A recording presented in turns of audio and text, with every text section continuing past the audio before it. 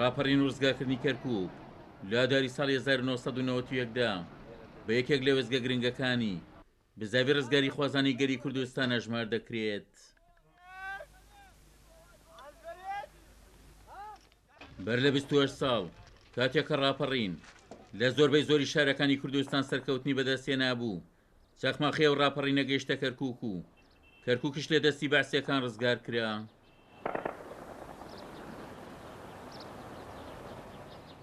ڕزگارکردنی کەرکووک لە ئاداری ساڵی 1991 قورستترین قۆناغی ڕاپەڕینەکە بوو کە ڕزگارکردنی کەرکووک لەو سەردەمەدا کارێکی هێرواستا ناوەستان نەبوو.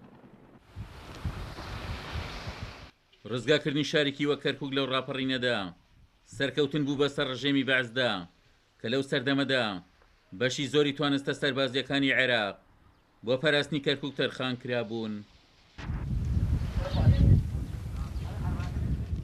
ڕزگارکردنی کەرکووک لە ئاداری ساڵی 1991 بۆ یەکەم جار لە سەردەستی هێزی پێشمەرگە گەوای ئەو ڕاستیە بوو کەرکووک شارێکی کوردستانیە، ئەگەرچی ماوەی ئازادی ڕاپەڕینەکە تەنیا 9 ڕۆژ بوو، بەڵام بۆ حکوومەتی عێراقی سەلماند کە کەرکووک شارێکی کوردستانیە و هەر بە کوردستانیش دەمێنێتەوە. عومەر غەریب، کورسات نیوز، کەرکووک.